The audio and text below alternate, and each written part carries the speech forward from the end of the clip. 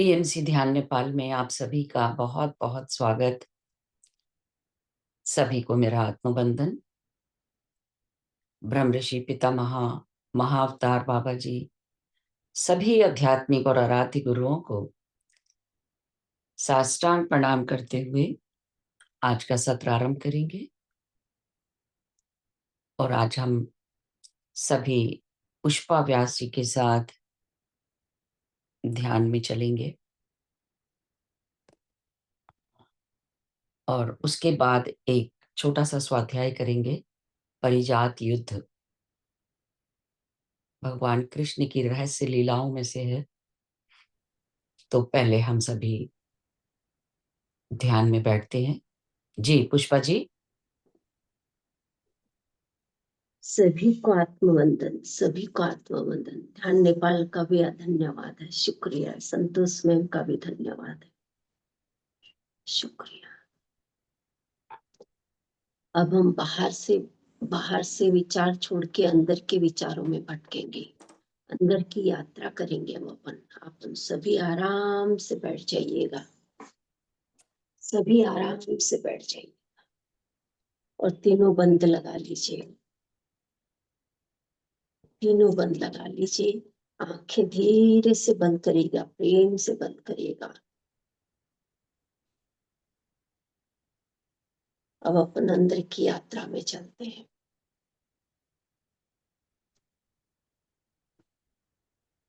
गुंदले बाबा, ब्रह्म चैतन्य महाराज, तुकामाई, महाअवतार बाबा जी, नाग लक्ष्मी माता व पितामह पत्री जी व आकाश में जितनी भी दिव्य ऊर्जाएं चेतना है, उन सभी का आह्वान करते हैं, आए और हमारे ध्यान में हमारा सबका मार्गदर्शन करें।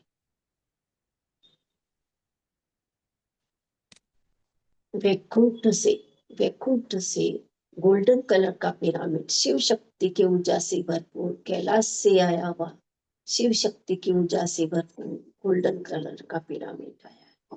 और हम अब सभी एक दूसरे का हाथ पकड़ के गोलाकार में बैठ चुके हैं और ये पिरामिड अपने ऊपर पूर्ण रूप से चारों तरफ से अपने को घेर चुका है और धीरे धीरे एक एक इंच ये बढ़ता जा रहा है। इसके अंदर दैविक ऊर्जाएं भी इस पिरामिड के अंदर समाहित हो चुकी है। साक्षात परमात्मा की दिव्य ऊर्जा भी इसके अंदर समाहित हो चुकी है। अपने पूर्ण आत्मा का हम आह्वान करते हैं, अपने कुल देवता कुल देवी का, एंजल का, सभी का हम आह्वान करते, अपने अपने पूर्ण आत्मा को आह्वान करते आए और हम ध्यान में हमारा मार्गदर्शन करें।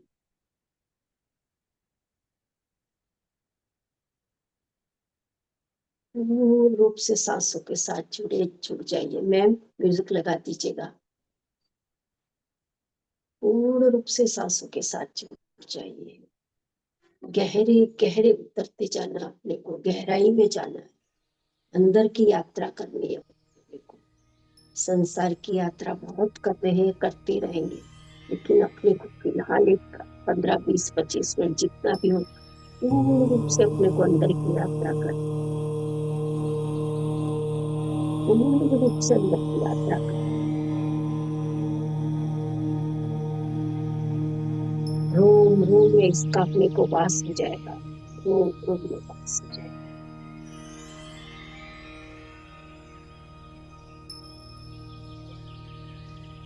रोम रोम की ऊर्जा बढ़ सकती,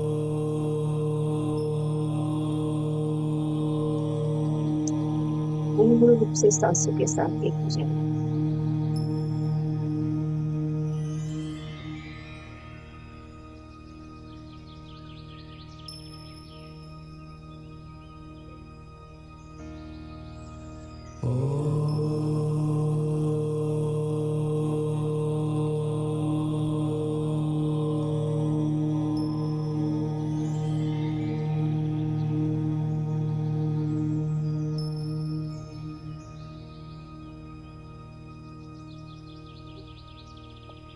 चिड़िया की चहचहाट अपन को सुनाई दे रही है। चहचहाट में ऊपर जाए, उनकी ध्वनि सुनाई दे रही है, उसमें हम जाए और सांसों के साथ पूर्ण रूप से जुट जाए।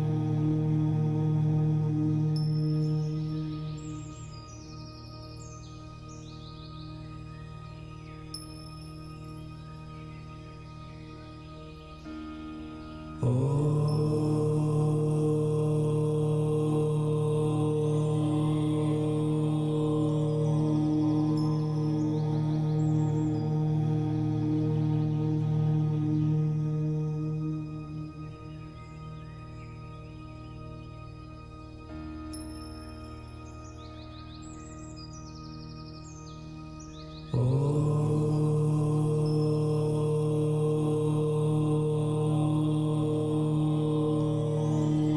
रूप से सांसों के साथ जुड़ जाए।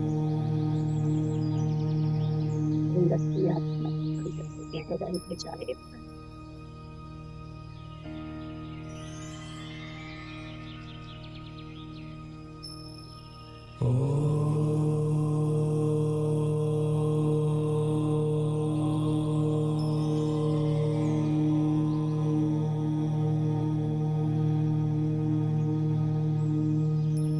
जितना बाहरी जगत का अंत पार नहीं है, उसी तरह अपने अंदर की यात्रा का भी कोई अंत पार नहीं है। जितना अपन गहराई में जाएंगे, उतना अपने को अंदर का खजाना मिलता जाए।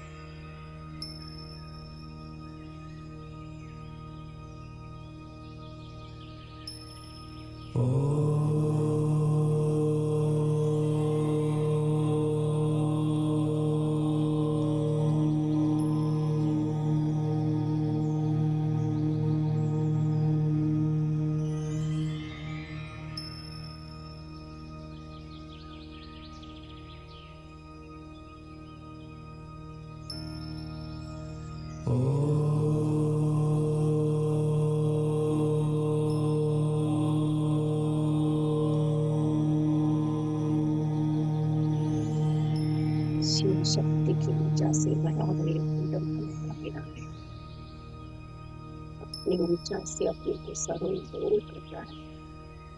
फुहारे गिर रहे उसमें ऊर्जा के, अब अपन सब उस ऊर्जा से भीग चुके हैं।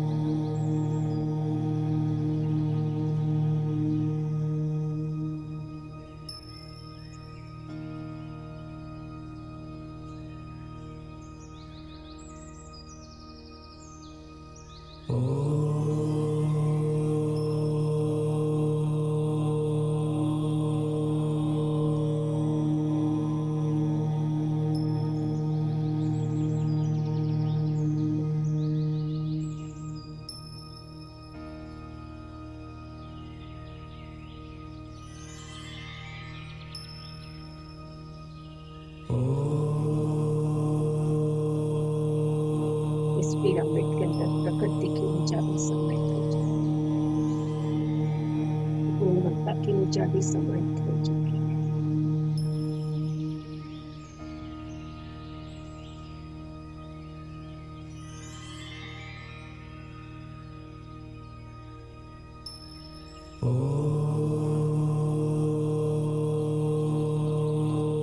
सूर्य नारायण की ऊर्जा भी समाहित हो।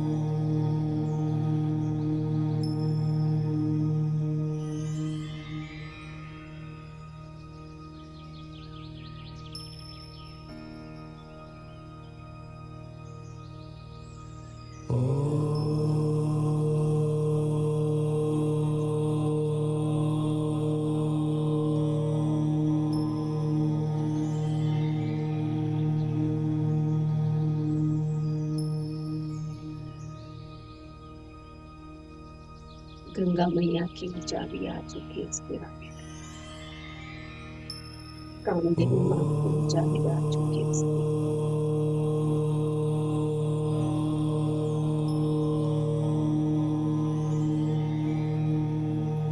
कल्प वृक्ष की ऊर्जा भी आ चुकी है इस पिरामिड।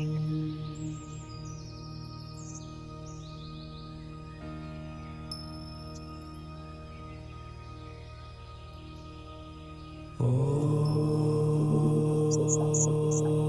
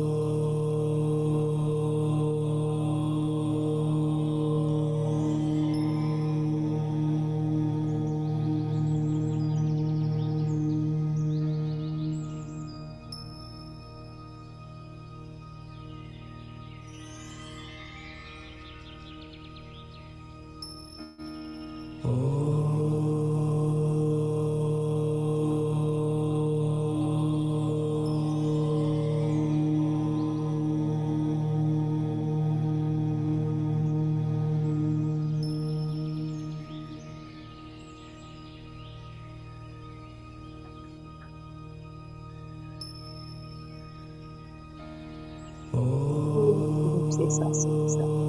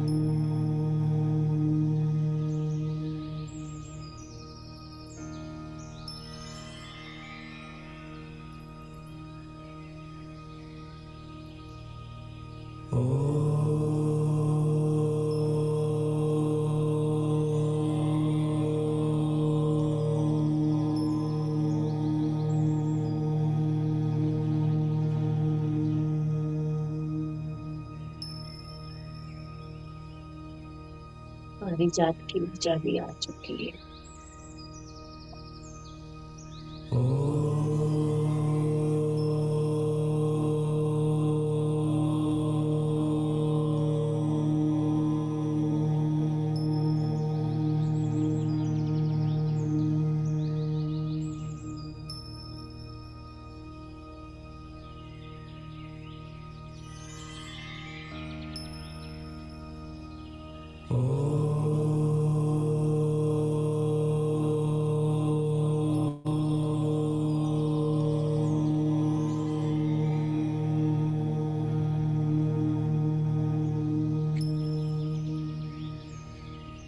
पूर्ण रूप से सांसों के साथ चल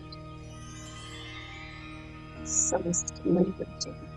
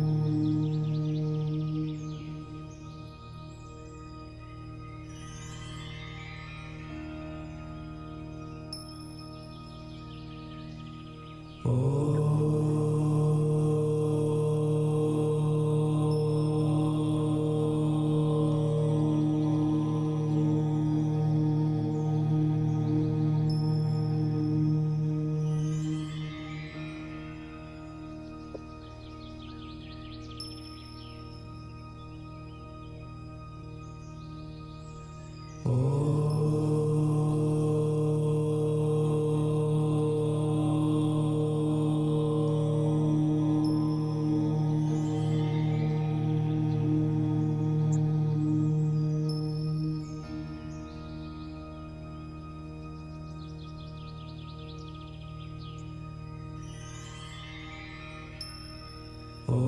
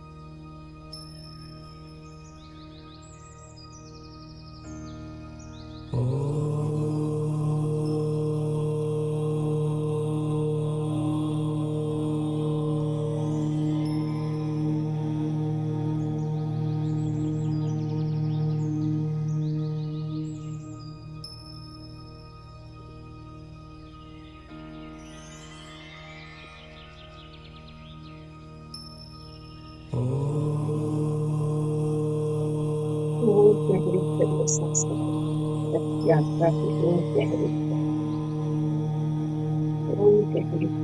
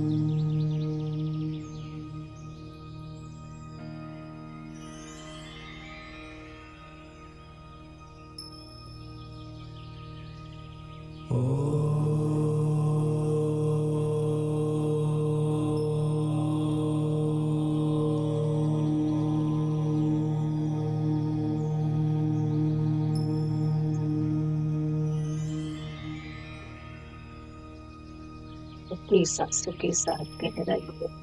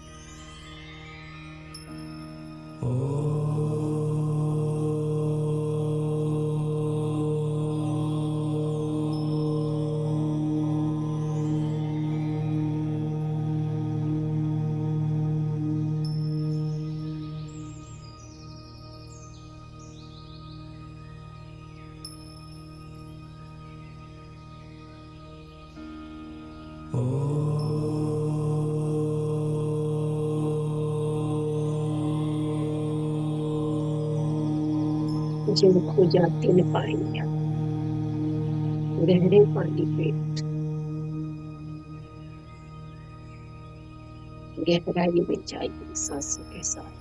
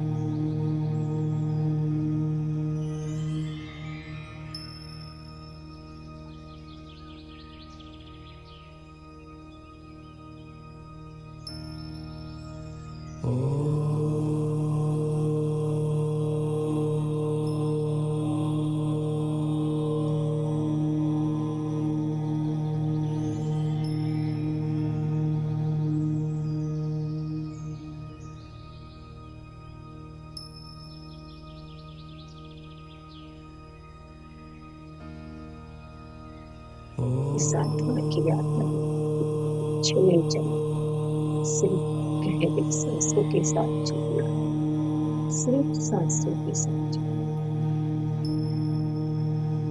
तेज बातें कुछ भी नहीं, सिर्फ सांसों के साथ जुड़ना। ये मोती की तरह चमकती रहती है गहरी।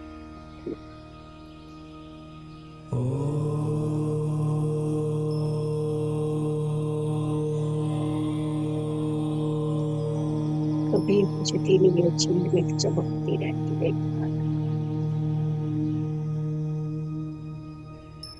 इस आत्मा की याद को गहरे उतरना, सांसों को गहरे उतरना।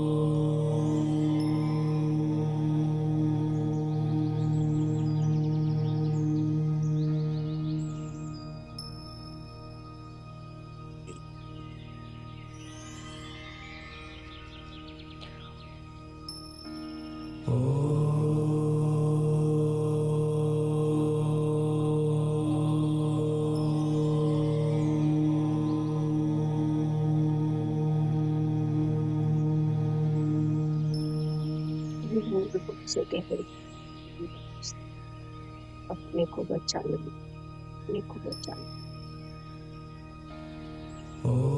जो पूरा कोई बात नहीं।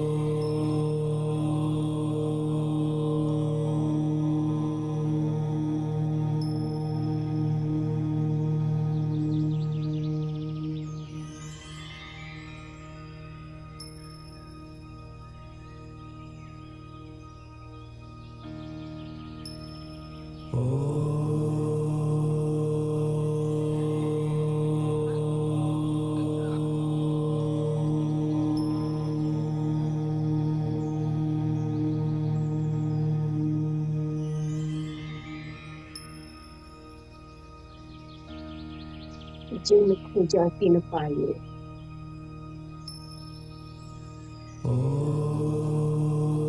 भरत राम को खोजने चले थे, राम जी से मुलाकात हो गई, राम जी से मिलन हो गया।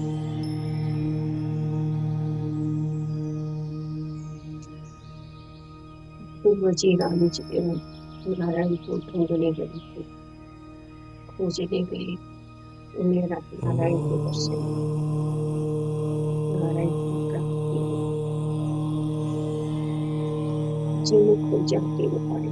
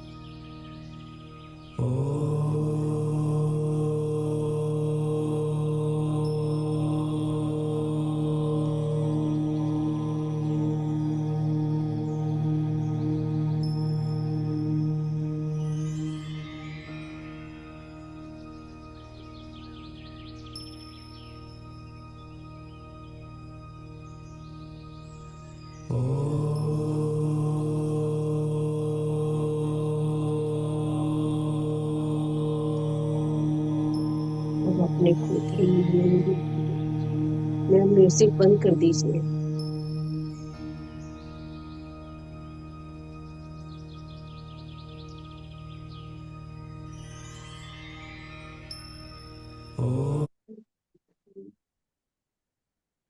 अब अपने को धीरे धीरे वापस संसार में आना है। अंदर की खोज करिए, अपने को संसार में धीरे धीरे आना है।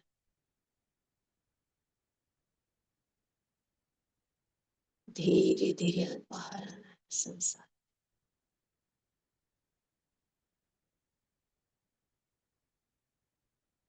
बाहर की हवा सांस लेनी है, बाहर की सांस लेनी है, संसार की सांस लेनी है। अपने शरीर के आजू बाजू की सांसों को महसूस कीजिए।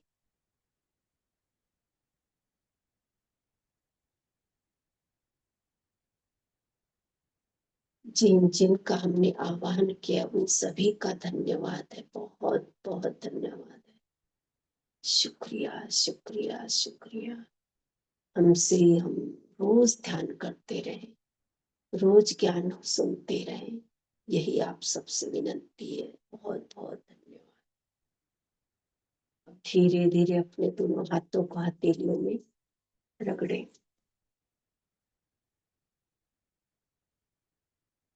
अब अपने आंखों पर लगाएं।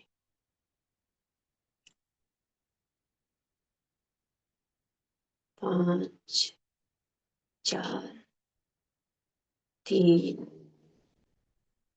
2 1 शून्य। मुस्कुराते हुए आंखें खोले। संतोष में बहुत बहुत धन्यवाद, शुक्रिया।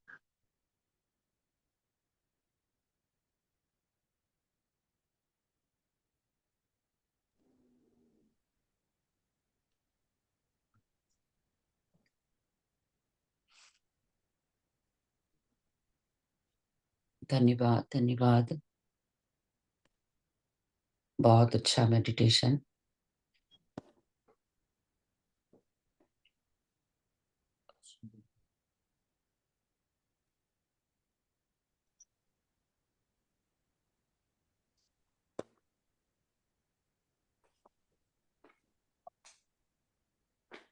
सही में बहुत गहरा हुआ था ना ध्यान अपना।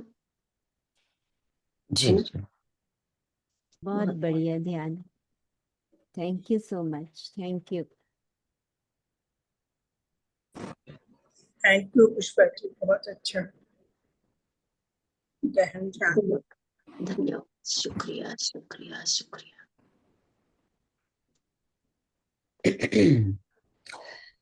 तो चलिए, अब जो मैंने आज स्वाध्याय की बात की थी, परिजात का युद्ध,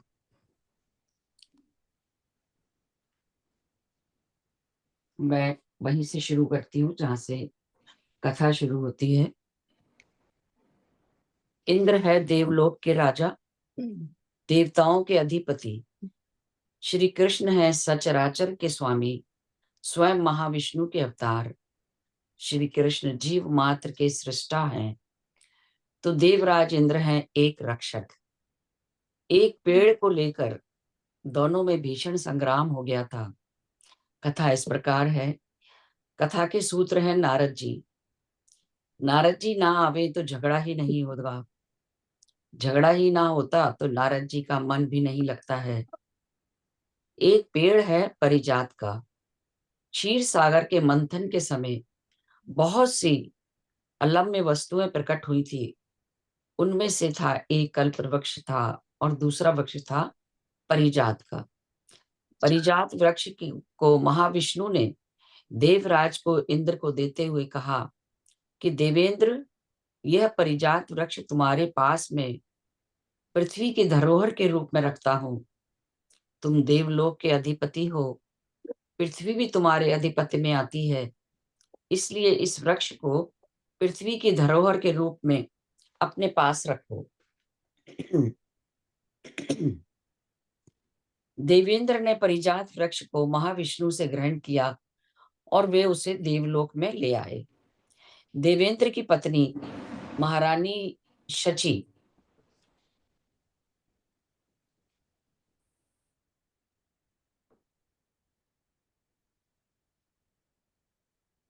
देवेंद्र की पत्नी महारानी शची को परिजात का वृक्ष अत्यधिक भा गया। वे परिजात का वृक्ष पर मोहित हो उठी और देवेंद्र से प्रार्थना करके इस परिजात वृक्ष को अपने उद्यान में लगा लिया।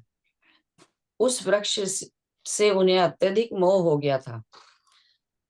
अपने हाथ से उसे सींचती, सभी प्रकार से उसकी रक्षा करती।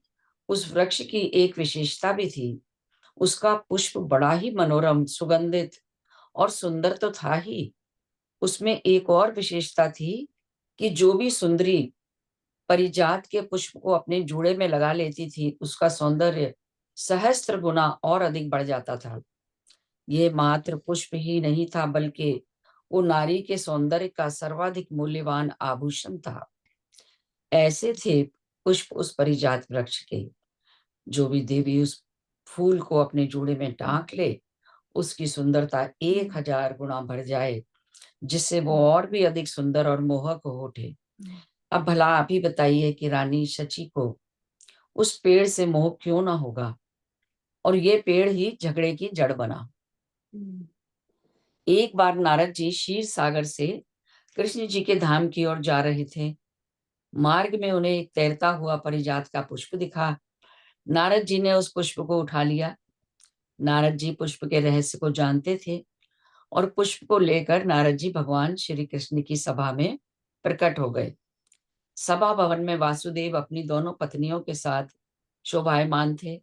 रुक्मणी एवं सत्यभामा जी गोविंद के पास में बैठी थी। नारद जी ने वहां प्रकट होकर भगवान श्री कृष्ण के दर्शन किए। कृष्ण की दृष्टि भी नारद के हाथ में रखे पुष्प पर गई। गोविंद चौंक गए। उन्हें भी लगा कि आज नारद जी कुछ उत्पात करके रहेंगे। भगवान ने उठकर श्री नारद जी का स्वागत किया, आतिथ्य किया। नारद जी आसन पर विराजे। श्री कृष्ण ने कुशल क्षेम पूछा और उनके आने का कारण पूछा। नारद जी ने उत्तर दिया, हे गोविंद, आप ही की मंगल मूर्ति के दर्शन की कामना लेकर चला जा रहा था कि मार्ग में क्षीर सागर में मुझे ये तैरता हुआ पुष्प मिला है। भगवान, ये पुष्प अति विलक्षण है। जो भी नारी इस पुष्प को अपने जूड़े में लगा लेगी, उसकी सुंदरता सहस्त्र गुना बढ़ जाएगी। ये परिजात का वृक्ष महारानी शची के उद्यान में लगा हुआ है। पता नहीं ये कैसे वृक्ष पुष्प वृक्ष से टूटकर क्षीर सागर में तैर रहा था। आपको भेंट करने के लिए नारायण मैं ये पुष्प लेकर आया हूँ, कृपया इसे स्वीकार करें। ये कहते हुए नारद जी ने वो पुष्प भगवान श्री कृष्ण को अर्पित कर दिया। फंस गए कन्हैया। पुष्प तो एक है, पत्नियां दो हैं, किसको दे पुष्प? नारद जी ने तो अपना खेल आरंभ कर दिया। वासुदेव के हाथ से पुष्प रुक्मणी ने ले लिया। उचित तो यही होता कि पहले उस पुष्प को सत्यभामा को देती, परंतु ऐसा ना कर लोभवश उन्होंने वो पुष्प अपने जूड़े में लगा लिया।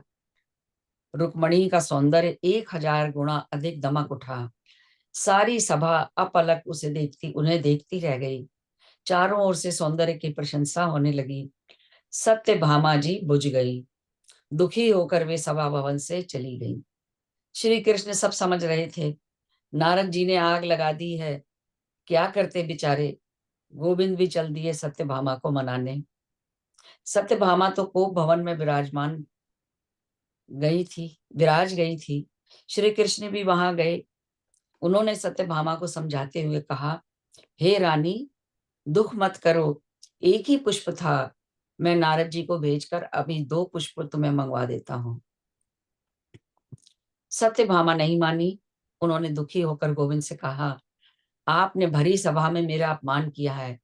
आपने सबके सामने ऐसा करके ये सिद्ध कर दिया कि आप रुक्मणी को चाहते हैं, मुझको नहीं। मैं एक जंगली राजा की बेटी हूँ, उपहार के रूप में आपको अर्पित की गई हूँ। भला मेरा स्थान रुक्मणी जी के साथ कैसे हो सकता है? गोविंद समझाते रहे, पर सत्यभामा नहीं मानी। सत्यभामा ने अन्न जल का परित्याग कर दिया। वे कोप भवन में ही तपस्या करने लगी। कृष्ण के बार बार समझाने पर सत्यभामा राजी हुई, परंतु उन्होंने एक शर्त रखी, हे गोविंद, यदि तुम मुझे सचमुच ही प्रसन्न देखना चाहते हो तो मुझे एक पुष्प नहीं चाहिए, मुझे पूरा परिजात का पेड़ मंगवा कर दीजिए, जिससे मैं प्रतिदिन रुक्मणी को एक पुष्प दिया करूं। श्री कृष्ण ने नारद जी से कहा, मित्र, आप देवेंद्र के पास जाएं तथा मेरी ओर से देवेंद्र से विनती करें कि वो परिजात का वृक्ष दे दें, कुछ ही दिनों के लिए दे दें। सत्यभामा को मनाकर इस पेड़ को मैं पुनः उन्हें लौटा दूंगा। आप अति शीघ्र जाएं। सत्यभामा ने अन्न जल का परित्याग कर दिया है। नारद जी बड़े प्रसन्न हुए। बेकार घूम रहे थे। जब उनकी बाकायदा नियुक्ति हो गई, वीणा उठाई और नारायण गाते हुए देवेंद्र की ओर चल पड़े। आप सभी लोग आंख बंद करके भी सुन सकते हैं, बड़ा अच्छा ध्यान लगेगा। देवेंद्र की सभा में प्रकट हुए देवर्षि नारद, देवेंद्र ने उनका स्वागत किया, उचित आसन दिया, सत्कार आदि करने के उपरांत नारद जी से आने का कारण पूछा। नारद जी ने उत्तर दिया, देवेंद्र, मुझे क्षीर सागर में परिजात का एक पुष्प मिल गया था। वो पुष्प लेकर जाकर मैंने भगवान श्री कृष्ण को अर्पित कर दिया। पुष्प को रुक्मणी ने ग्रहण कर लिया, जिससे सत्यभामा दुखी है। देवेंद्र, श्री कृष्ण ने मुझे आपके पास परिजात वृक्ष लाने के लिए भेजा है। उन्होंने कहलाया है कि भले ही कुछ दिनों के लिए सही, परिजात वृक्ष उन्हें प्रदान कर दे।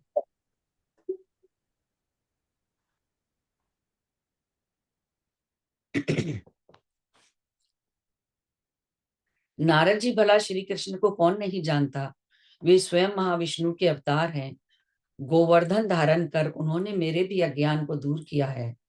हे नारद, क्षीर सागर मंथन के समय पृथ्वी की धरोहर के रूप में मैं परिजात वृक्ष महाविष्णु ने ही मुझे प्रदान किया था। उन्हीं की धरोहर है, वे जब चाहें ले जा सकते हैं। नारद जी, आप रुके, मैं अभी दूतों को भेजकर वृक्ष को मंगवाई देता हूं, आप लेते जाएं। नारद जी चौंक उठे, अरे ये तो सेतमेत में पेड़ दिए जा रहे हैं। उन्होंने देवेंद्र से कहा, देवेंद्र, मामला अति शीघ्रता का है। सत्यभामा जी ने अन्न जल का परित्याग कर दिया है। यदि आप आज्ञा करें तो मैं दूत के साथ जाकर उस पेड़ को लेकर यथाशीघ्र श्री कृष्ण के पास चला जाऊं। देरी करना उचित नहीं है। देवेंद्र मान गए, भला उन्हें क्या आपत्ति हो सकती थी। उन्होंने नारद से कहा कि वे स्वयं दूत के साथ जाकर वृक्ष को ले लें। नारद जी ने वीणा उठाई, दूतों के साथ महारानी शची के महल की ओर चल पड़े। महल में पहुंचकर नारद जी ने महारानी शची से कहा, हे महारानी शची, आप तो जानती हैं कि जैसा प्यार श्री कृष्ण सत्यभामा को करते हैं, वैसा प्यार कोई भी पति अपनी पत्नी को नहीं करता। बुरा न माने तो एक बात कह दूं, देवेंद्र भी ऐसा प्यार नहीं करते। सत्यभामा जी रूठ गई। उन्होंने जिद पकड़ ली कि वे तुम्हारे उद्यान में परिजात का पूरा पेड़ मंगाकर ही रहेंगी। ऐसा ठीक है? नहीं नहीं,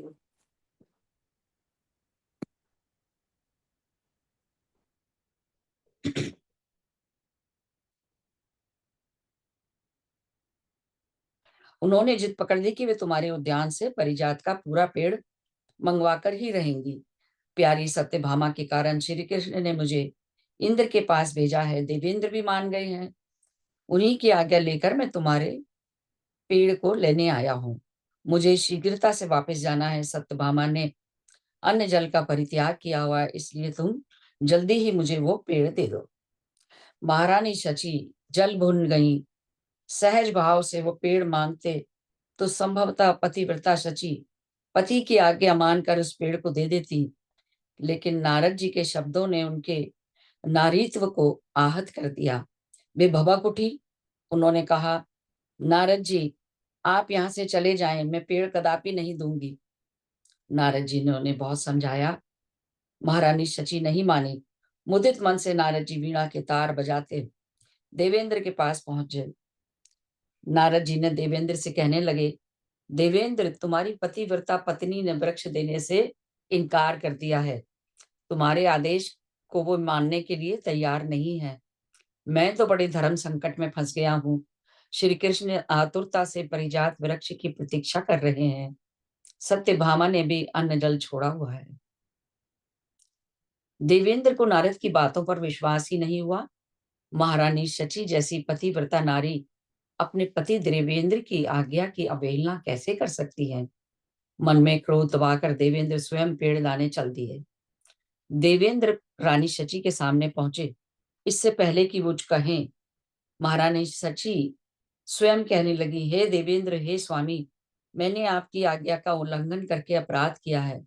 मैं दंड की अधिकारिणी हूँ, परंतु मुझे ये असहाय है कि एक ग्वाले की पत्नी के लिए देवेंद्र की पत्नी महारानी शची के उद्यान से उसका सबसे प्रिय वृक्ष परिजात उखाड़ कर भेज दिया जाए। देवेंद्र, मैं जानती हूँ कि जैसा प्यार श्री कृष्ण सत्यभामा को करते हैं, वैसा कोई भी पति अपनी स्त्री से नहीं करता है, यहाँ तक कि आप भी। तभी तो आपने नारद को पेड़ लाने के लिए भेज दिया।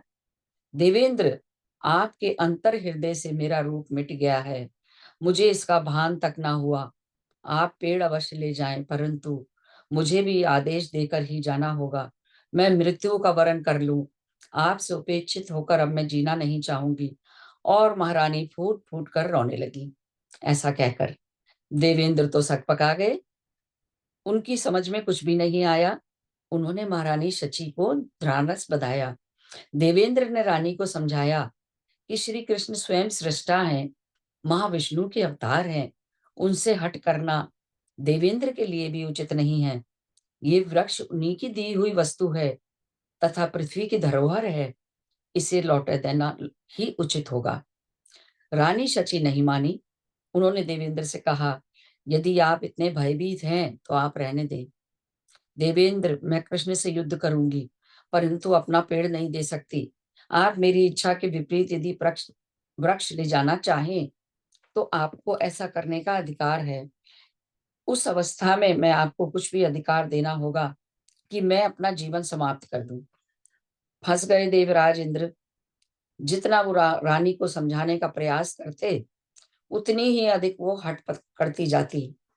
हताश होकर देवेंद्र लौटकर भवन सभा में गए। सभा भवन में पहुंचकर भला देवेंद्र ये तो कह नहीं सकते थे कि पत्नी से झाड़ खाकर आ रहे हैं। उन्होंने नारद जी से कहा, हे नारद, मार्ग में मैंने इस विषय पर पुनः विचार किया तो पाया कि महारानी शची ने जो कुछ भी किया वो उचित किया था। ये पेड़ धरती की अमानत है, पृथ्वी देवलोक द्वारा आरक्षित है, इसलिए वृक्ष की रक्षा करना देवलोक का धर्म है। मैं वृक्ष कदापि नहीं दूंगा। सारे राजभवन में खलबली मच गई। ऋषियों ने देवेंद्र को समझाया कि ये भयंकर भूल कदापि ना करें, परंतु देवेंद्र किसी की बात मानने को तैयार नहीं थे। तैयार भी तो कैसे होते, पेड़ उनके पास तो हो तो दें। पेड़ तो महारानी शची के पास था।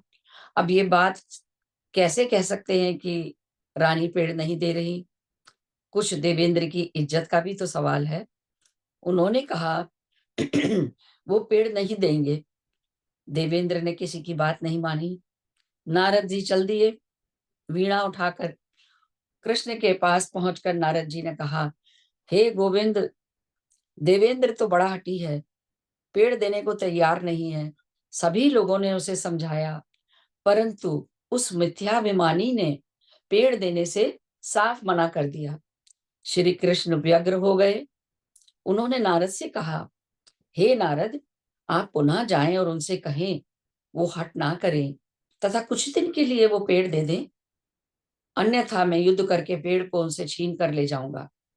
हे नारद, मैं इंद्र के मान का मर्दन नहीं करना चाहता हूं, इसलिए तुम उसे समझाकर पेड़ को ले आओ, यथाशीघ्र जाओ। नारद जी फिर से चल पड़े। देवेंद्र के यहाँ पहुंचकर देवेंद्र को समझाया, पर देवेंद्र भी नहीं माने। इस पर नारद जी ने श्री कृष्ण के द्वारा युद्ध की धमकी दी। देवेंद्र भी क्रोधित हो गए। उन्होंने नारद जी से कहा, नारद जी, कृष्ण को कह दीजिए कि पेड़ वह युद्ध में परास्त करके ले जाएं, अन्यथा मैं पेड़ नहीं दूंगा। दोनों में भयंकर संग्राम छिड़ गया। शांत शीर सागर अशांत हो गया। कृष्ण थे सृष्टा और इंद्र थे रक्षक, दोनों अमर अविनाशी। भला मरेगा कौन? पशुपत अग्नियों, दिव्य शास्त्रों और ब्रह्म शास्त्रों के द्वारा इस भीषण युद्ध में नाना लोक तथा पृथ्वी आदि ग्रह भी असमय ही महाप्रलय हो जाने लगे। भयंकर प्रलय का तांडव हर ओर फैलने लगा। युद्ध अंतहीन था। सारे देवता ऋषिगण कृष्ण को समझाते, हे गोविंद, इस अंतहीन युद्ध को समाप्त कर दो। तुम सृष्टा होकर संहारक क्यों बन बैठे हो? वे सारे देवता और ऋषि देवेंद्र को समझाते, हे इंद्र, तुम रक्षक बनकर भक्षक क्यों बन बैठे हो? इस अंतहीन युद्ध को समाप्त करो। कृष्ण कहते हैं, इंद्र पर इजाजत दे दे, युद्ध स्वतः ही समाप्त हो जाएगा। देवेंद्र कहते हैं कि जिसने युद्ध आरंभ किया वो चाहे तो युद्ध समाप्त कर दे, मैं पेड़ कदापि नहीं दूंगा। देवता और ऋषिगण परेशान हो उठे। ऋषियों ने एक सभा की। इस सभा में ऋषिगण एक निर्णय पर पहुंचे। उसके उपरांत उन्होंने कृष्ण और इंद्र को संबोधित किया। हे कृष्ण, हे इंद्र, तुम दोनों इस युद्ध को तत्क्षण समाप्त कर दो, अन्यथा हम तुम्हें अनंत अनंत काल के लिए अभिशप्त कर देंगे। युद्ध को समाप्त कर हमारी सभा के सम्मुख प्रकट हो। हमारे आदेश की अवहेलना तुम दोनों कदापि ना करो। ऋषियों के शाप से दोनों ही डरते हैं। युद्ध रुक गया। उचित समय पर ऋषियों की सभा के सम्मुख श्री कृष्ण, भगवान श्री कृष्ण एवं देवराज इंद्र प्रकट हुए। श्री कृष्ण के साथ देवगुरु बृहस्पति तथा देवेंद्र के साथ दैत्यों के गुरु श्री शुक्राचार्य जी थे। श्री कृष्ण से शुक्राचार्य जी का एक पुराना वैर था। वामन अवतार के समय उन्होंने शुक्राचार्य की एक आंख फोड़ी थी। शुक्राचार्य भी अपनी उसी फूटी आंख का बदला लेने के लिए इंद्र के साथ हो लिए। कृष्ण और इंद्र की सभा में विराज जाने के उपरांत ऋषि सभा ने कहा, हे कृष्ण, हे इंद्र, तुम दोनों व्यर्थ ही एक अंतहीन युद्ध का आरंभ किया है। ये युद्ध अनावश्यक था। तुम दोनों की युद्ध पाशा को देखते हुए हम ऋषि एक मत से तुम दोनों को लड़ने के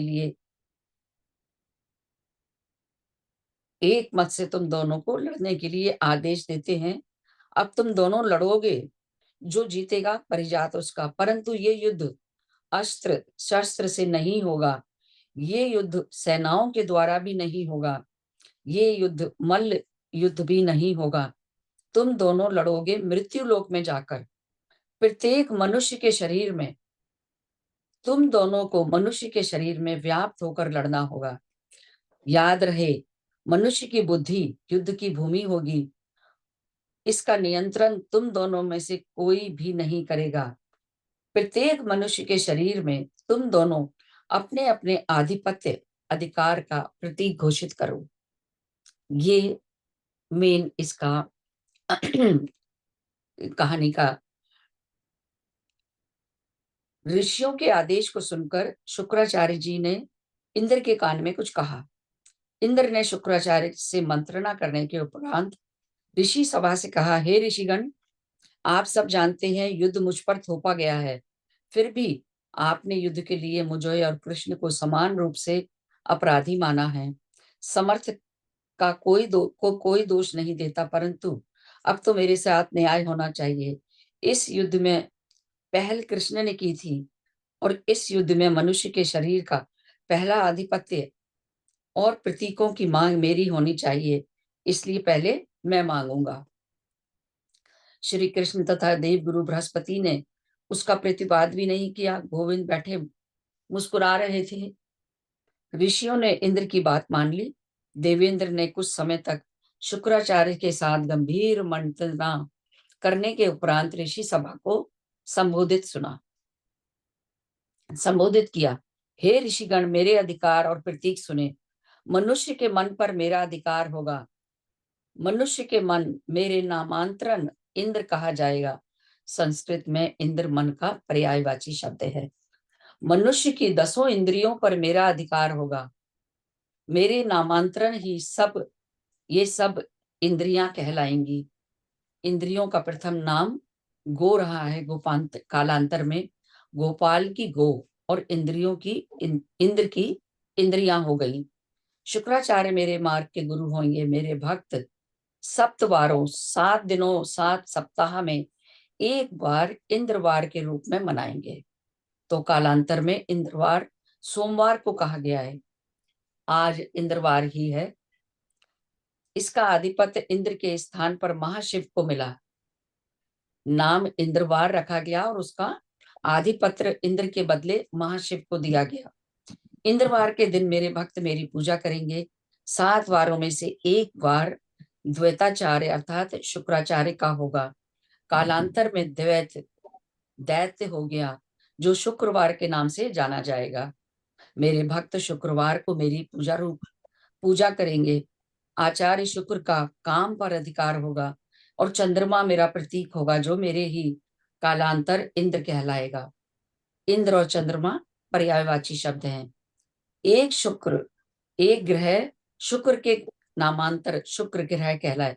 ग्रह भी उन्होंने कहा शुक्र नाम पर होगा। मेरे भक्त चंद्रमा को ही ईश्वर के रूप में अर्थात मेरे रूप में पूजा करेंगे। प्रत्येक मनुष्य के शरीर में मेरा कृष्ण से युद्ध होगा जो मुझे स्वीकार है। मैं अपनी वाणी को यहीं विराम दूंगी। आगे हम जानेंगे कि कृष्ण जी ने कौन सा मनुष्य के रूप में स्थान लिया है। उसी से हमारी सारा ज्ञान जो है वो क्लियर हो जाएगा। तो अभी हमारा समय हो चुका है और अभी 3 पेज बचे हुए हैं इसके। बहुत मन लगा हुआ था, इतने गहरे डूब गए थे हम तो। यदि सब लोग राजी हैं तो 10 मिनट में मैं पूरा कर सकती हूँ। कर लो, बहुत मजा आ रहा था, अच्छा जी लगा। जी, चलिए ठीक है। ठीक है, बात तो आपकी सही है, क्योंकि जो एक सूत्र बना हुआ है ना उसको हम पूरा कर लेते हैं। ऐसा कहकर देवेंद्र मौन हो गए। सभा में सन्नाटा छा गया। इंद्र और शुक्राचार्य अति प्रसन्न थे। उन्होंने अपनी मांग से श्री कृष्ण को पराजित कर दिया था। 10 इंद्रियों में मनुष्य का पूरा शरीर आ जाता है। मन पर आधिपत्य इंद्र ने ले लिया। बुद्धि का नियंत्रण कोई ले ही नहीं सकता है। ऐसी अवस्था में श्री कृष्ण मनुष्य के शरीर में क्या मांगेंगे? ये प्रश्न सभी के मन में उठा। युद्ध तो शरीर के भीतर होना है। इंद्र ने अपनी मांग के अधिकार और आधिपत्य में मनुष्य के शरीर में लगभग सभी स्थान को ग्रहण कर लिया है। काम का अधिकार शुक्राचार्य को दिलवा दिया। ऐसी अवस्था में मनुष्य के शरीर में कौन सा स्थान मांगेंगे श्री कृष्ण और देव ऋषि बृहस्पति? श्री कृष्ण मुस्कुराते हुए उठे और उठकर उन्होंने कहा, इंद्र ने जो भी कुछ मांगा मैंने दिया, मुझे स्वीकार है। मनुष्य की गो अब इंद्रियां कहलाएंगी। ज्योतियों के ढूंढने वाले मार्ग अब विषयों में भटक जाएंगे, मुझे स्वीकार है। मनुष्य का मन जो कभी गोचर कहलाता था अब इंद्र कहलाएगा। शुक्राचार्य के लिए इंद्र ने जो मांगा मुझे स्वीकार है। अब मेरे अधिकार आधिपत्य का प्रतीक सुने। मनुष्य की आत्मा पर मेरा अधिकार होगा। देखिए, मनुष्य की आत्मा पर मेरा अधिकार होगा। मेरे नामांतरण मनुष्य की आत्मा कृष्ण कहलाएगी। सूर्य मेरे प्रति ग्रह होंगे और सूर्यवार मेरा होगा। अद्वैत धर्म ही मेरा धर्म होगा। अद्वैत का ज्ञान दिया उन्होंने यहाँ। देव गुरु बृहस्पति मेरे मार्ग के गुरु होंगे। मनुष्य के दिव्य चक्षु में बृहस्पति का स्थान होगा। मनुष्य के दिव्य चक्षु में यानी कि थर्ड आई जो हमारी हुई। मेरे भक्त समाधिस्थ होकर दिव्य चक्षु के द्वारा देव ज्ञान को प्राप्त कर सकेंगे। रास्ता भी दिखा दिया उन्होंने कि मेरे भक्त समाधिस्थ होकर दिव्य चक्षु के द्वारा ही देवलोक को ज्ञान प्राप्त करेंगे। इंद्रियों के द्वारा अब मैं ग्राह्य नहीं रहूंगा। एक दिन तथा एक ग्रह देव गुरु बृहस्पति के नामांतरण बृहस्पतिवार होगा। बृहस्पतिवार के रूप में मनाया जाएगा। जब मेरे भक्त गुरु के रूप में देव गुरु बृहस्पति का पूजन करेंगे, एक मर्यादा सदा अमिट रहेगी। इंद्र से पहले मेरी पूजा होगी। इंद्रवार से पहले सूर्यवार की पूजा होगी। शुक्र से पहले गुरु की पूजा होगी। इसीलिए शुक्रवार से पहले बृहस्पतिवार होगा। मनुष्य के शरीर में मेरा इंद्र से युद्ध होगा, मुझे स्वीकार है। श्री कृष्ण की मांगों को सुनकर इंद्र तथा शुक्राचार्य स्तब्ध रह गए। देवेंद्र पुनः उठे। उन्होंने ऋषि सभा को संबोधित करके कहा, ऋषिगण, मेरी एक प्रार्थना और भी है। श्री कृष्ण अपनी विभूतियों के साथ अब भूतल पर कभी प्रकट नहीं होंगे। इस पर देव गुरु बृहस्पति ने हंसकर उत्तर दिया, इंद्र, अपनी पराजय अभी से स्वीकार कर लो। जब मनुष्य की गौ इंद्रियों से हो गई जब मनुष्य की गो इंद्रियों से हो गई तो तुम्हें भय क्यों है? परमेश्वर भी धरती पर आएगा तो अब मनुष्य उसे कैसे पहचान पाएगा? यदि तुम इतने भयभीत हो तो पराजय अभी स्वीकार कर लो। ऋषि सभा में कृष्ण और इंद्र को युद्ध के लिए मृत्यु लोक जाने का आदेश दिया। जिस प्रकार एक सूर्य सहस्त्र किरणें प्रकट होती हैं सूर्य से, उसी प्रकार कृष्ण और इंद्र असंख्य सूक्ष्म ज्योतियों के रूप में मनुष्य के शरीर में समाते चले गए। एक बना मन और दूसरा बना आत्मा। बुद्धि हो गई अंतर्द्वंद। यही है परिजात युद्ध की कथा। मैं एक बार और रिपीट करती हूँ ये लाइन। ऋषि सभा ने कृष्ण और इंद्र को युद्ध के लिए मृत्यु लोक जाने का आदेश दे दिया। जिस प्रकार सूर्य से सहस्त्र किरणें प्रकट होती हैं, उसी प्रकार श्री कृष्ण और इंद्र असंख्य सूक्ष्म ज्योतियों के रूप में प्रत्येक मनुष्य के शरीर में समाते चले गए। एक बना मन और दूसरा बना आत्मा, और बुद्धि हो गई अंतर्द्वंद। यही है परिजात युद्ध की कथा। थोड़ा सा ज्ञान और है 2 पेज का इसका,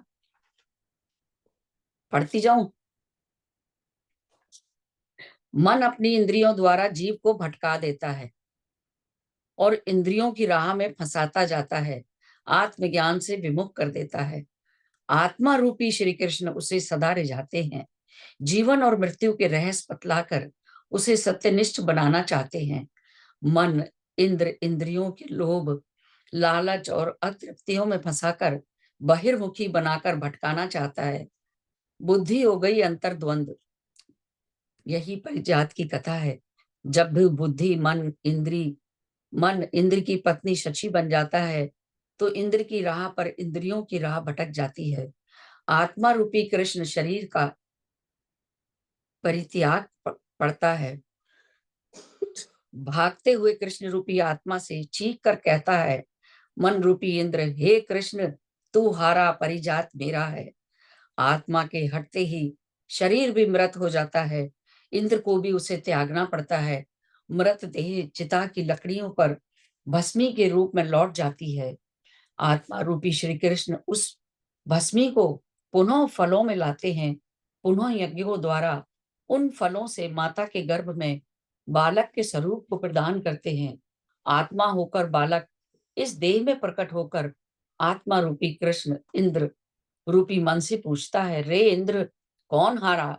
अभी तो परिजात का युद्ध चल रहा है।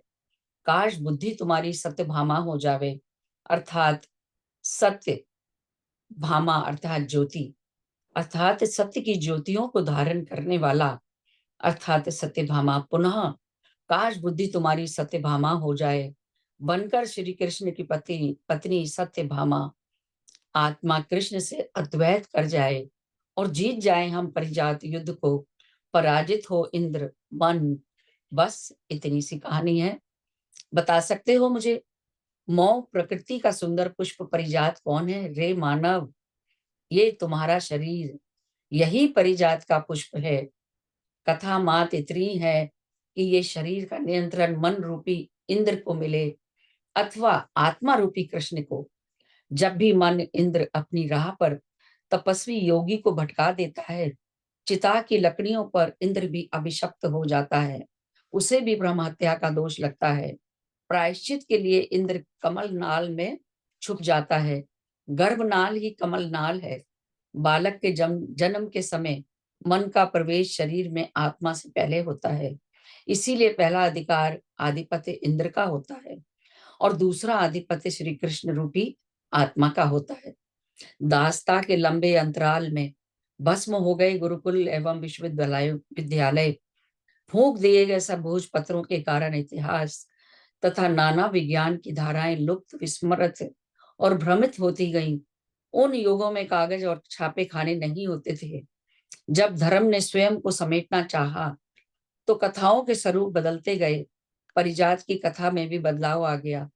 कथा का मूल उद्देश्य खो गया। नाना प्रकार के नाना भाष्यकारों और ग्रंथकारों ने महान रहस्य लीलाओं को भ्रमित कर रास लीला बना दिया।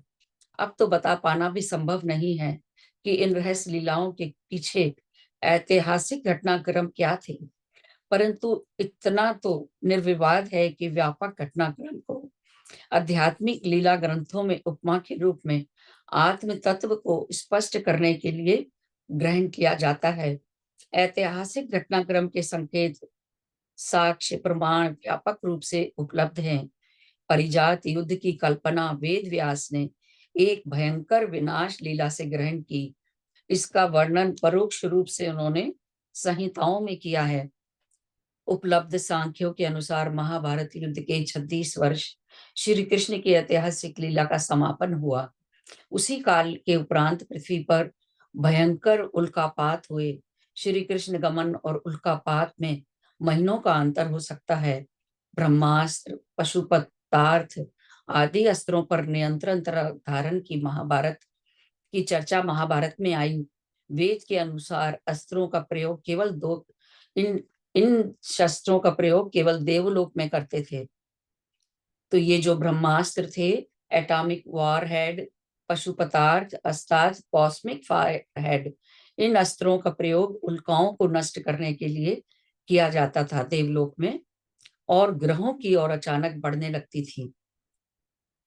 इन उल्काओं की पात में ग्रहों की भीषण जनधन की हानि होती थी। कभी कभी संपूर्ण ग्रह में महाप्रलय हो जाती थी। इसलिए इन अस्त्रों का प्रयोग ग्रह समूहों में होने वाले उल्कापातों को ग्रहों की सुरक्षा के लिए ही होता रहा। ये अस्त्र भारी से भारी उल्का और ध्रूम्र केतु के सूक्ष्म अणुओं में विसर्जित करने में सक्षम थे। महाभारत युद्ध में इन्हीं अस्त्रों का दुरुपयोग हुआ। हम कल फिर से पृथ्वी पर स्थायित्व के लिए उन अस्त्रों का आविष्कार करना होगा। हम एक ऐसे मकान में रहते हैं जिसके ऊपर छत नहीं है, खुला आकाश है। कभी भी भयंकर उल्कापात इस ग्रह को समाप्त कर सकता है। हमें ऐसे वैज्ञानिक अस्त्रों की सदा जरूरत रहेगी। इसके लिए साथ ये भी जरूरी है कि मानवीय मूल्यों का विनाश करने वाला महाभारत युद्ध फिर कभी ना हो। इन अस्त्रों को प्राप्त करने के साथ ये भी जरूरी है कि इनका गलत प्रयोग कदापि ना हो। महाभारत युद्ध तथा पूर्व मृत सागर महायुद्ध में ध्वंस हो गया। फिर संपूर्ण पृथ्वी आरक्षित हो चुकी थी। तभी भयंकर उल्काएं पृथ्वी की ओर बढ़ने लगी। देवलोग अपनी रक्षा की स्थिति में संभवतः नहीं था। पृथ्वी की रक्षा कौन करे। महाभारत युद्ध के ठीक 36 वर्ष बाद माया को नियंत्रित किया गया गुरुत्वाकर्षण, भारी अवस्था में प्रकाश की गति, उड़ने वाले देवयानों के युग, नक्षत्रों से नक्षत्रों तक देवयानों की संस्कृति भयभीत और असहाय थी। भयंकर उल्काएं, आग के जलते पर्वत, जगमग सितारों से भी भयंकर आग के दहकते अंबार पृथ्वी की ओर निरंतर बढ़ते चले आ रहे थे। इंद्र को अंतिम यान भी धरा को असहाय छोड़कर उड़ चला। पशुपतार्थ ब्रह्मास्त्र ही बचा सकते थे पृथ्वी को। वे सारे दिव्यास्त्र तो महाभारत में जाति विनाश करके समाप्त हो चुके थे। देवलोक भी असहाय था। संभवतः भयंकर उल्काओं के पथ पर बदलाव के कारण महाभारत युद्ध तथा प्रयुक्त दिव्यास्त्रों की प्रतिक्रिया का ही स्वरूप था। पर्यावरण संपूर्ण सचराचर को असंतुलित हो उठा। अनंत क्षीर सागर के नए प्रकंपन के कारण उल्काएं पथ तथा गति की दिशा में बदल बैठी थी। उल्काएं सौर मंडल अनियंत्रित होकर सभी ग्रहों की ओर बढ़ रही थी। सभी कुछ अनियंत्रित था। सभी ग्रहों पर भयंकर उल्कापात होने लगे। विनाश का तांडव हो गया। वेद व्यास, संभवतः इसी घटना से तुमने परिजात युद्ध के रूप में आध्यात्मिक कल्पना को साकार किया। आग उगलते पहाड़, गगन से गिरता दहकता हुआ लावा घाटियों पर्वतों पर स्वरूप लेने लगे। सागर खौल उठे। आसमान से आग की वर्षा हो रही थी। सारे भूमंडल पर विनाश का तांडव छाया हुआ था। द्वारिकाएं उफनते सागर में डूबती चली गईं। पर्वतों और ध्रुवों पर बर्फ पिघलकर सागर में उतर आई थी। सागर में नए पर्वत उल्काओं से बन रहे थे। सागर महाकाल बना था। द्वारिकाएं डूब गईं। मध्य एशिया में भूभाग सागर में समा गए। पश्चिमी देशों की सभ्यता सागर में समा गई।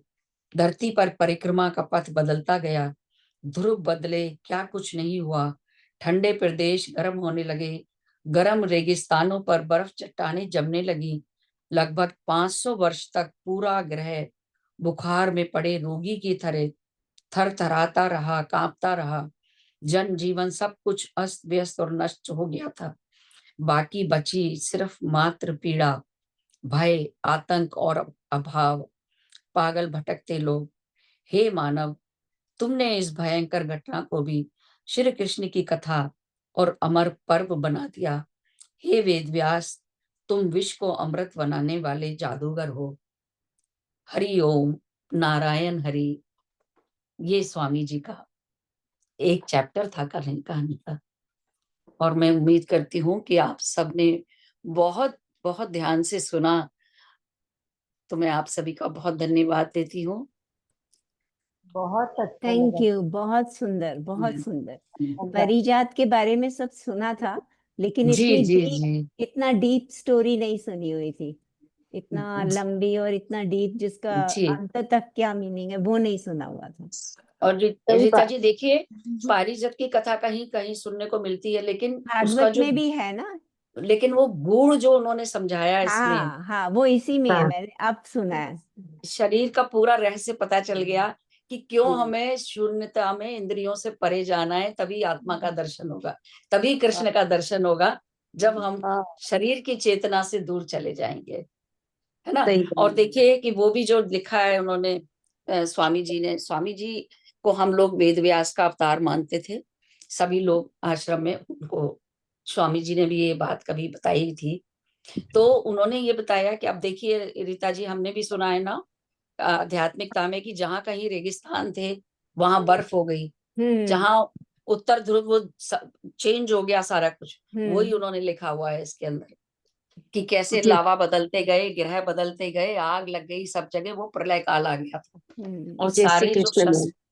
शस्त्र थे सारे उन्होंने महाभारत में सब खत्म हो गए। इसलिए नए वैज्ञानिक शस्त्र बनने की आवश्यकता है। तो स्वामी जी कहते थे जो विज्ञान कर रहा है वो सब उसी की मर्जी से हो रहा है। जी। जी, अब क्या बहुत, मतलब ये करें? तो ऋषियों का बहुत बहुत बहुत बड़ा धन्यवाद ज्ञान मैम, था। शुक्रिया शुक्रिया शुक्रिया। बहुत बिल्कुल, सुंदर। सब ये तो करने वाला तो कोई सृष्टिकर्ता ऊपर बैठे हैं, ऊपर और बैठा ऋषि मुनियों की उन्हीं की हमारे जीवन का एक एक काम उनकी मर्जी से हो रहा है। तो ये तो सृष्टि का काम है सारा, है। यस, सब उसी बिल्कुल की इच्छा से सही, चल रहा है। जी जी। बिल्कुल सही है। हम चाहे कितना भी कह दे वी आर गॉड, लेकिन वो स्थिति अलग है, वो चीज ही अलग है। मैंने कल एक वीडियो डाला था, थैंक यू गॉड वाले, उसमें आया था वो, उसमें छोटी सी राम कथा पूरी दी है कि सारे जन्म पत्री देख के वो निकाले गए थे मुहूर्त, राम जन्म का भी, राम के अभिषेक का भी। ना तो राम को अभिषेक हाँ हो पाया, ना हाँ राम हाँ को हाँ, राजमहल का सुख मिला। कृष्ण बिल्कुल। भगवान का भी उन्होंने सारा मतलब दिया। वो होनी जो है ना, वो यही बहुत बड़ी है। चाहे वो राम, भगवान का रूप हो, वो भी नहीं टाल सकता।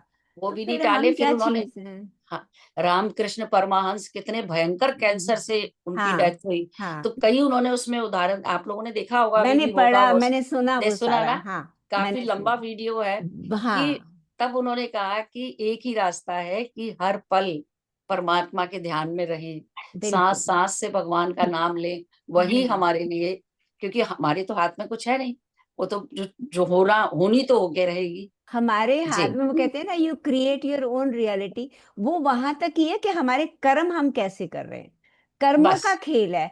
तो कर्म ही अच्छे होंगे तो अपने आप ही भगवान हमें उस तरीके के उधर रास्ते में ले जाएंगे। तो सो भगवान ट्रू, की करनी बिल्कुल। हमारे हाथ में नहीं है, लेकिन अपने कर्म अपने हाथ में है। कर्म हमारे हाथ में, फल उसके बस, हाथ में है, ये तो गीता बिल्कुल। में भगवान ने बता ही दिया। बात तो बार ये बार कहते हैं। हाँ, वो कहना भी ना, हम उस हद तक नहीं पहुंच सकते कि वी आर द को क्रिएटर।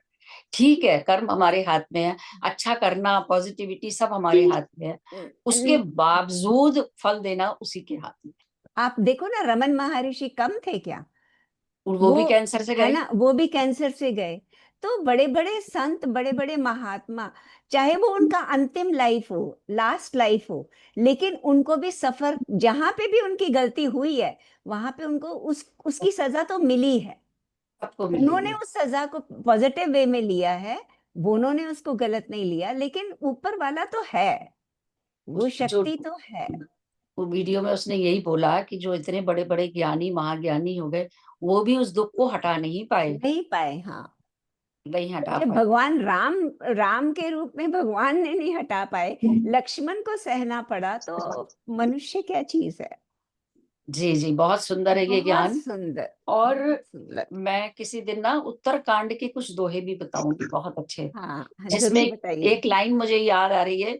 ऋषि वशिष्ठ ने जब भगवान राम पहुंचे ना वापस वनवास पूरा करके, और जब आए तब उन्होंने ये बात उनको बोली भगवान राम को, जब उन्होंने उनके चरणों में, वो तो चरण वंदन करते थे अपने गुरुओं की, चाहे कितने बड़े भगवान जो भी थे, वो तो ब्रह्म थे संपूर्ण।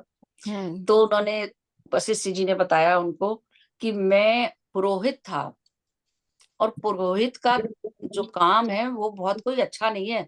वेद भी उसकी आलोचना करते हैं, पुरोहित ही करने का, पंडिताई करने का काम।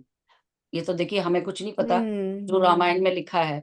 तो कहते मैं नहीं करता था पुरोहित, ये पुरोहित था। तो लेकिन जब मैं अयोध्या में भी पुरोहित नहीं था, ऋषि वशिष्ठ, तो कहते हैं मुझे ब्रह्मा ने दर्शन दिए और मुझे कहा कि तुम अयोध्या में पुरोहित बन जाओ, स्वयं स्वयं ब्रह्म स्वरूप परमात्मा वहां जन्म लेके आने वाले हैं, इसलिए मैं यहाँ पुरोहित बना, राज पुरोहित बना। मैंने ये काम स्वीकार कर लिया, और आज मैं उसी के सामने मैं समर्पित हूँ। हम कि लोग मुझे देखो वो मनुष्य कितनी जल्दी क्रेडिट लेने को तैयार रहते हैं, जरा सा कोई देखिए, सक्सेस मिलती है तो क्रेडिट लेते हैं। और भगवान राम को जब उनकी माँ ने आके पूछा कि तूने रावण को मार दिया, तो कितना सुंदर उन्होंने जवाब दिया, जी मैंने जी जी, नहीं मारा, उसके अहंकार ने गरुड़ मारा ने, उसको, उसके अहंकार ने उसको। अहंकार ने मारा उसे। जी जी जी, बहुत बढ़िया जी, सीखने को बहुत अच्छा। बहुत कुछ है। थैंक यू, बहुत मजा थैंक आया यू आज। थैंक यू जी जी, जी थैंक यू। थैंक यू जी जी, मैम, बहुत थैंक सुंदर यू, लगा, ध्यान भी और आपका बहुत आपकी सुंदर। कथा भी थैंक बहुत यू जी। सुंदर। गंगोत्री जी आई हुई हैं जी। रीता गुरंग जी बोलिए। आत्मवंदन मैम। आत्मबंधन जी, आत्मबंधन। ये स्टोरी ऐसी ऐसी चीज है मैम, बच्चों के लिए भी अच्छे, हम ये एज में भी बहुत अच्छे से आपने बताया।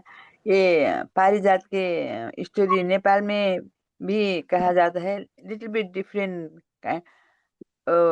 नेपाल में बहुत से जगह में वो पारिजात के बोट है, मेरे घर में जी, भी यहाँ भी पारिजात की बोट है। यहाँ भी होता है। मेरी पारिजात एक वैसे तो फूल आजकल मेरे को लगता है बड़ा कॉमन है, वही है ना जो छोटे छोटे कॉमन है। वाइट फूल होते फूल हैं। तो पहले, हाँ व्हाइट होते हैं और पीली हाँ डंडी होती है। हाँ व्हाइट हाँ, वही होते वाले हैं, ऑरेंज पीली वो। होते हैं, ऑरेंज कलर हाँ की, पर्पल हाँ। और होते हैं।